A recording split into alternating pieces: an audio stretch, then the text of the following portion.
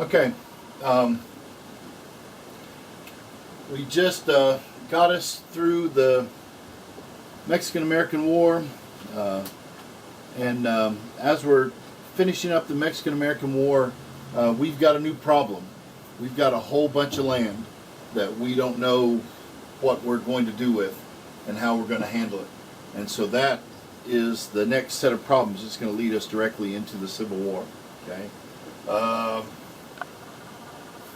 Political parties are quickly becoming sectional politics. The new land from Mexico is south of the Mason-Dixon line. It's south of the Missouri Compromise line. So as we look at this new land, the big question again becomes, how is this going to relate to slavery? What's going to happen to slavery? Southerners know that the Northerners are against them, establishing abolitionist societies and doing all kinds of work to push towards the abolition of slavery, even to the point of, as far as the Southerners are concerned, stealing their slaves and taking them away to the North. The Northern support of the Underground Railroad is, especially in the political arena, is seen as basically a betrayal of the Constitution as far as the Southerners are concerned. Their support of abolitionist newspapers, and then literally, as we get ready to talk about Kansas, literal warfare in Kansas over the institution of slavery, as Kansas is attempting to become a state. And then when John Brown moves east and brings his war against slavery to Virginia from Kansas, basically the South is starting to recognize that it's almost as if they are two separate countries.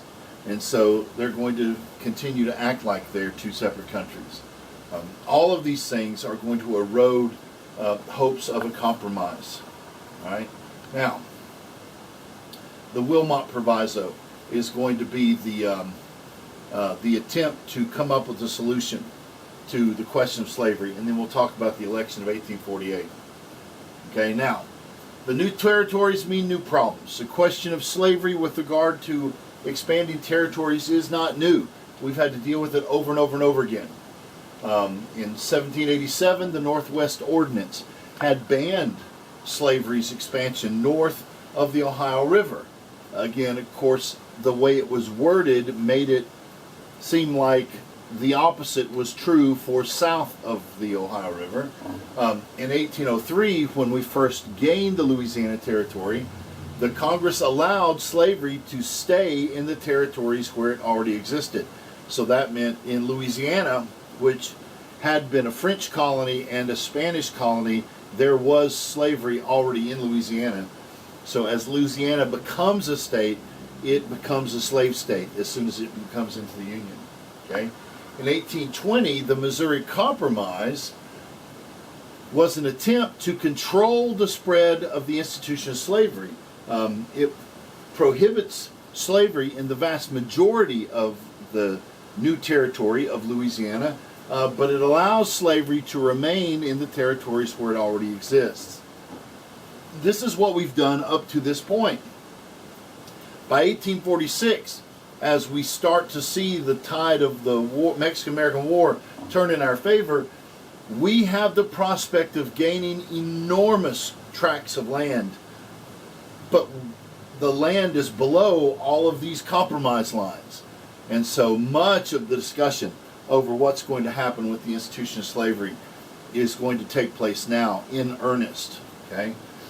By the end of the war, we have no plan. There is no workable plan. Nobody can actually come to an agreement. See, there's three, and I'll explain these to you as we see them, but I'll give you sort of the philosophy of the thing at this point.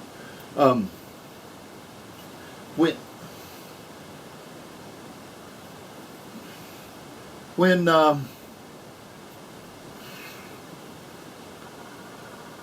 the institution of slavery is brought into question, there's three primary philosophies with how to deal with the institution of slavery. Okay, the first is to just allow slavery to go wherever it wants. Okay, these are normally referred to as the fire eaters. These are predominantly the Southerners who hold these positions. just let slavery go wherever slavery can go to. The opposite question is the abolitionist, who believes that we should eliminate slavery everywhere possible. So the abolitionist wants to eliminate slavery, and the fire eaters want the slavery to be allowed to go wherever it wants to. The third philosophy is kind of a middle of, it's an attempt to make a compromise. It's an attempt to make a compromise. This third philosophy has the idea that we will make sure that for every slave state that's brought into the Union, we'll bring in a free state. So we'll keep a balance of the states in the institution of slavery. So if we've got 10 slave states, then we're going to have 10 free states. And so this idea, which is believed to be a compromise, is going to attempt to share the power in the Senate between the slave states and the free states. All right, now, there's a problem with this. There's a problem with these philosophies. The first is that the slave states are the ones that populate quickly, because they're the ones rushing into the territories, seeking out farmlands. They're agrarian. In the North, we're moving towards a factory system and industrialization. So you don't have massive hordes of people moving west, because those people are staying in the factories. They're working in these factories and things like that. So in the North, you don't have an enormous number of states attempting to come into the Union, but in the South, you do. Okay. A second problem is, and we've mentioned this in class before, the only way to get rid of the institution of slavery is to amend the Constitution. You have to amend the Constitution. The slavery, as we've talked about before, slavery is entrenched in the Constitution. It's buried in there. It's recognized. Its legitimacy is recognized. It's guaranteed that it'll continue, and then it's protected by the Fugitive Slave Clause. So these aspects of slavery, which are buried in the Constitution, make it so that if we're ever going to get rid of slavery, we have to amend the Constitution. Now, those people who see themselves as the compromisers, they see themselves as the ones who are middle of the road, the moderates, the ones who think of themselves as fair-minded, who want to keep one slave state for every free state.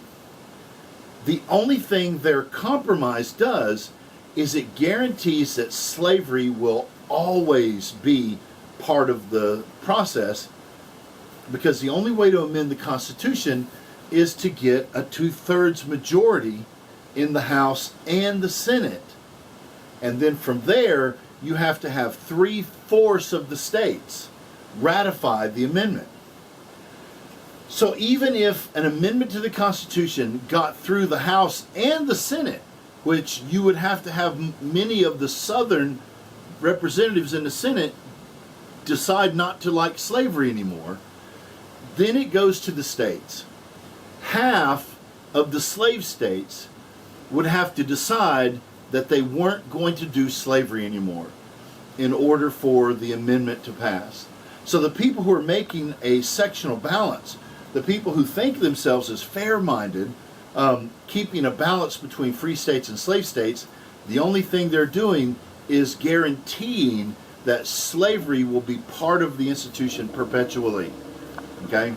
We need to understand that as we view what's going on. Now, up to this point, the best hope we have to eliminate the institution of slavery is the Missouri Compromise.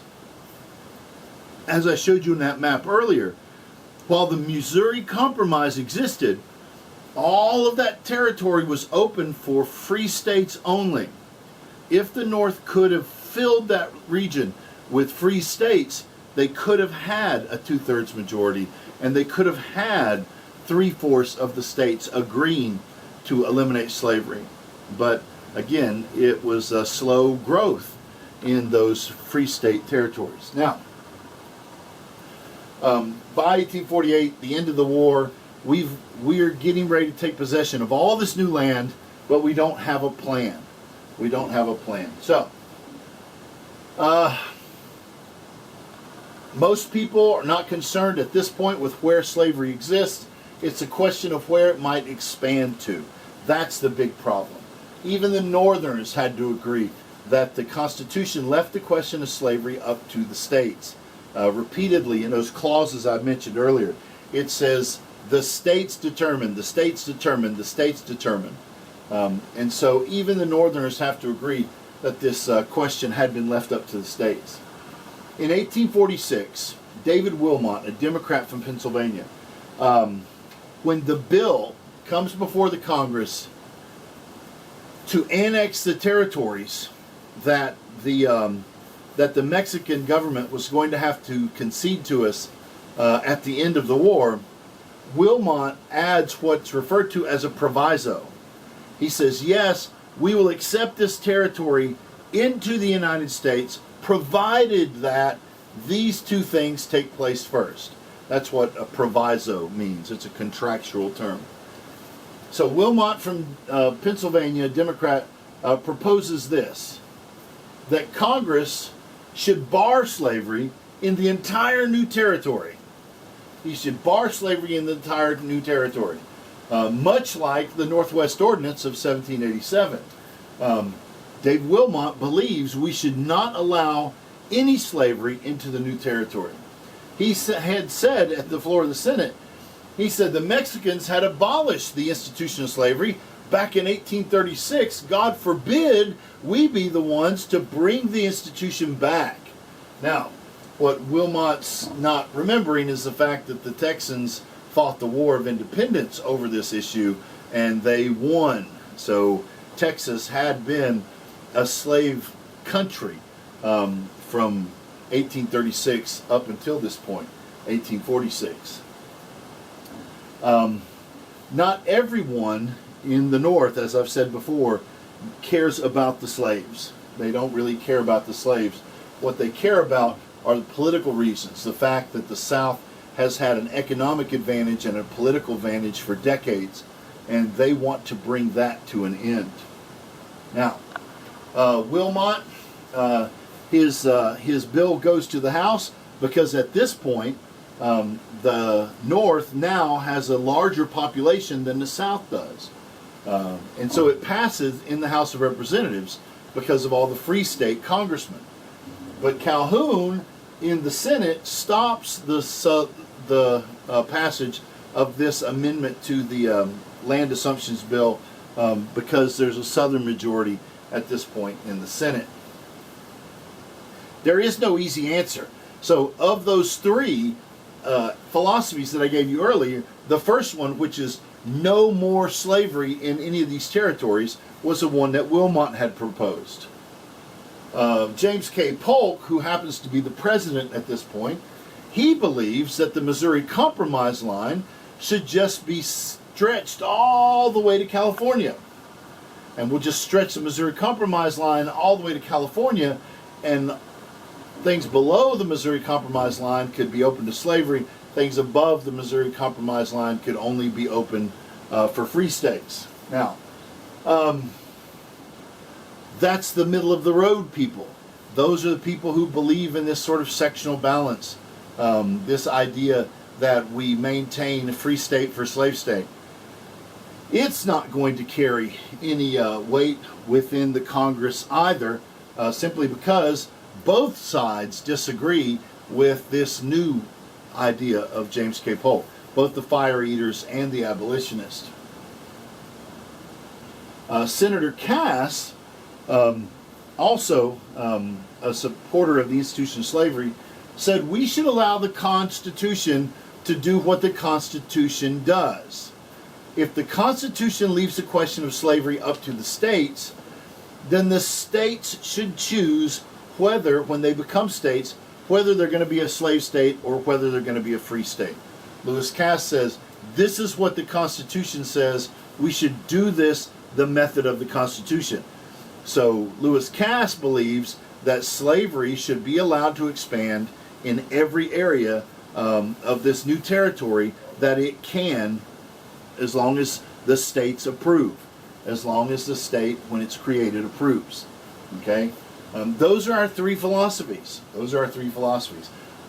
But none of the three philosophies has the ability to gain popular support. By 1848, no solution to the problem. The war is over. We gain all the new land. Now we just don't know what to do. These guys have been at odds for so long that at this point they can't come to an agreement. They can't come to an agreement. Now there's an election in 1848. The Democrats and the Whig Party are both split in half. Remember, the Whig Party was the party that had been established sort of in opposition to Andrew Jackson. Both parties have free soiler factions giving away land. Okay, so both the Democrats and the Whigs have sections in their party who support this free soiler movement, but that's not the real issue. The anti-slave part of the Democratic Party, okay, the Democrats had an anti-slavery part in the North. Some of the Northern Democrats were anti-slavery. They challenged President Polk because Polk had supported the institution of slavery. The Whigs have the same problem that the Democrats have. There are conscience Whigs and there are cotton Whigs. Conscience Whigs are these individuals, especially New Englanders, who are opposed to the institution of slavery as an issue of conscience. However, the cotton Whigs, also in New England, support a continuation of the institution of slavery, at least in the South, because they own textile mills. And for them, this cheap source of ready, abundant cotton is what they need. This is what they want. And so they're willing to agree that the institution of slavery be allowed to continue. Okay? So both the Democrats and the Whigs have this split between slavery and anti-slavery factions in both their parties. Polk is going to choose not to run another time.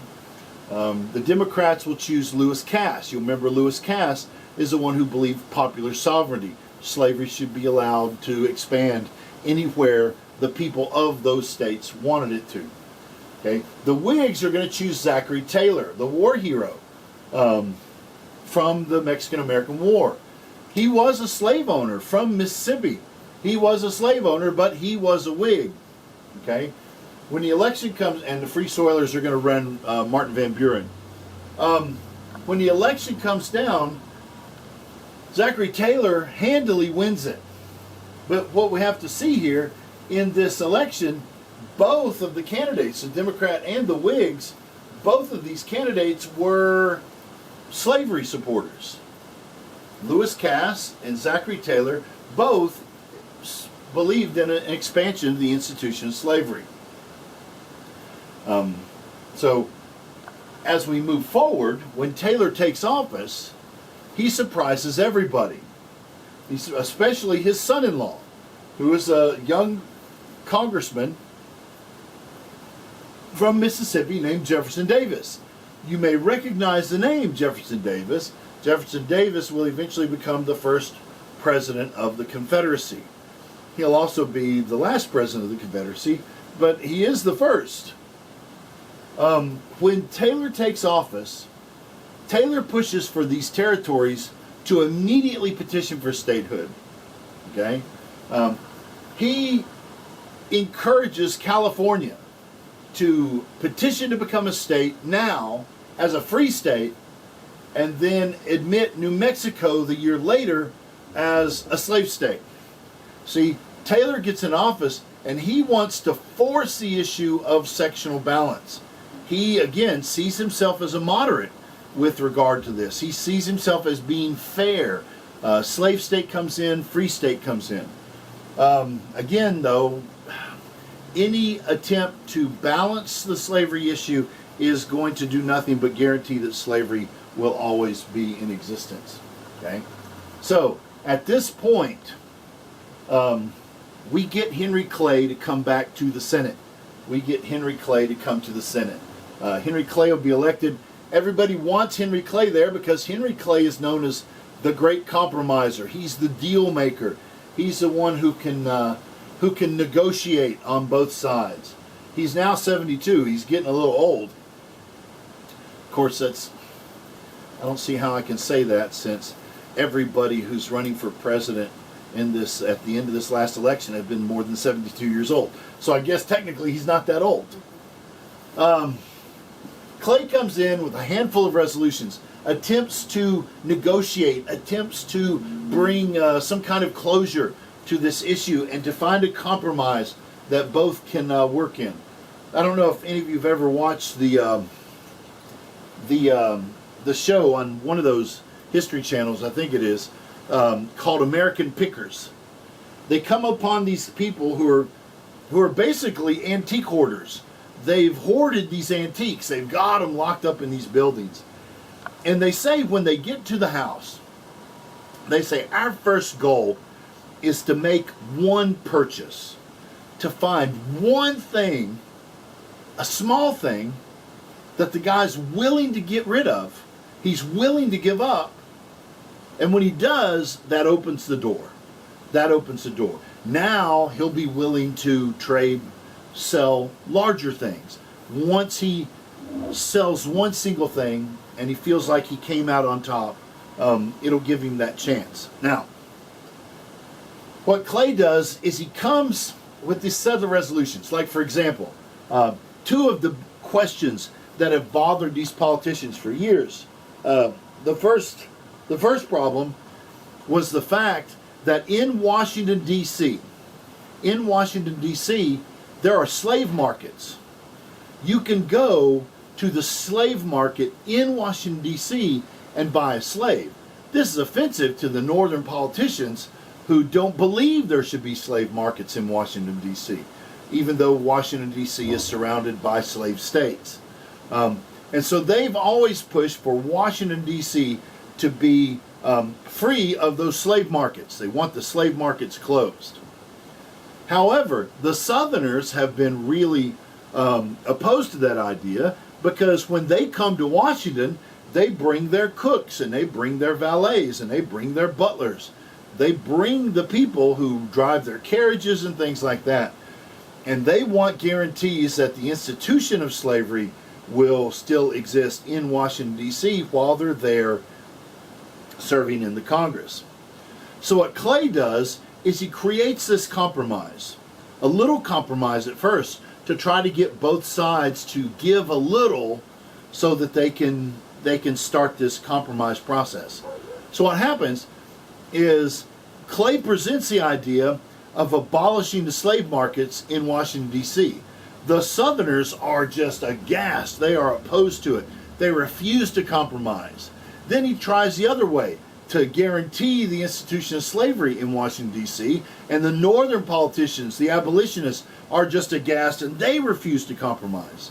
And so what Clay finds out, his whole list of compromises he's tried to put together,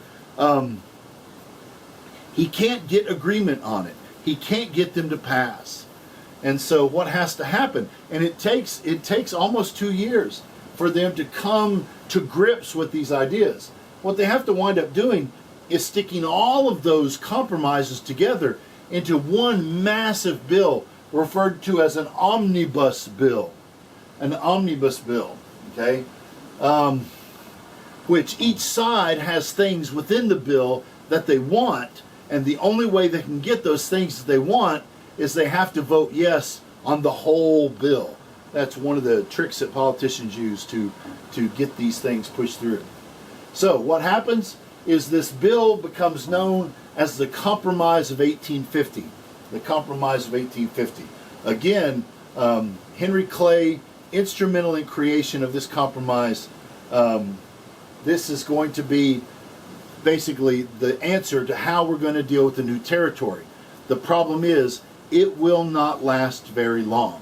So, in the next video, we're going to look at this Compromise of 1850. We'll look at what it entails, and we'll see how quickly and why it completely fails and they have to come up with another compromise in just a few short years.